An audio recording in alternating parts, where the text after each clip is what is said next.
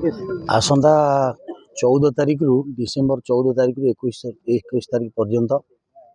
गंडरपुर Biju Patnaik mini stadium ठारे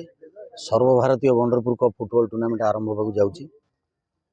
एई tournament प्रति वर्ष भली हुए किंतु ए वर्ष आमे प्रति वर्ष ठू टिके नियारा ढंगरे करबा को जाउछु। चलित वर्ष सहरांचल 8टी टीम, ग्रामांचल ए डिविजन 16टी टीम, बी डिविजन 16टी टीम। कहीं ना ये टूर्नामेंट एत बढ़ी जाइए आपण मैंने जानते जो आरंभ है सहरांचल 8टी और ग्रामांचल 8टी टीम की नहीं टूर्नामेंट स्टार्टिंग होता किंतु एबे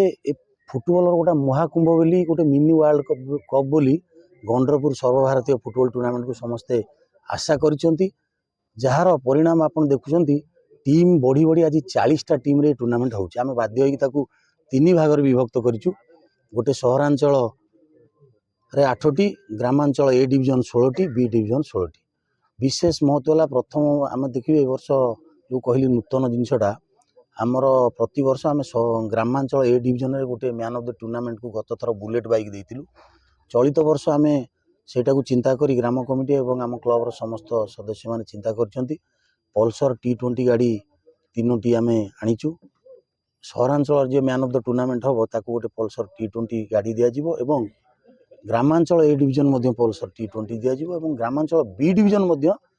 से भाया दिज्व। कहीं यहाँ सहरांचल चंपियन दल को नगद लक्षे टंका और रनर्स अप दल को नगद 75,000 टंका दि जाता बेले ग्रामांचल ए डिविजन को लक्षे टंका चंपियन और रनर्स अप दल को 75,000 टंका दि जाऊँगी। बी डिविजन एथर रही 40,000 चंपियन और रनर्स अप दल को 30,000 टंका। यार महत्व बेसी बढ़ुची कहीं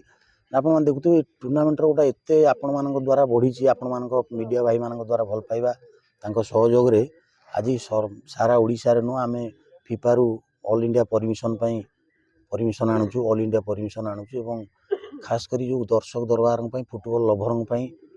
गोटे आमे प्रत्येक दिन मागणा लॉटरी कार्यक्रम रखू जो कि आप मागणा टीवी फ्रिज वाशिंग मशीन एवं साइकेल प्रतिदिन गोटे गोटे उठे एवं विभिन्न प्रकार व्यक्ति विशेष माने बहुत बड़ बड़ व्यक्ति विशेष टूर्नामेंट को जोग दियंती आसिक मान्य व्यक्ति समस्त जोग दियंती।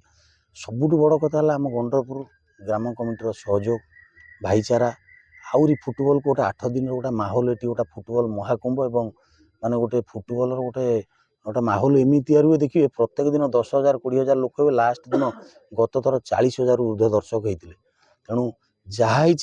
सब कमिटी द्वारा होती ग्राम कमिटीर संपूर्ण सहयोग रही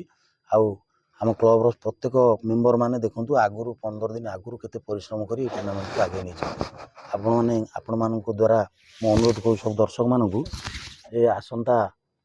14 तारिख डिसेम्बर 21 तारिख पर्यंत आपण मैंने आसतु। ओडिशा बाहर एथर चलित वर्ष 2 टीम जोग देइछंती। बक्स आमर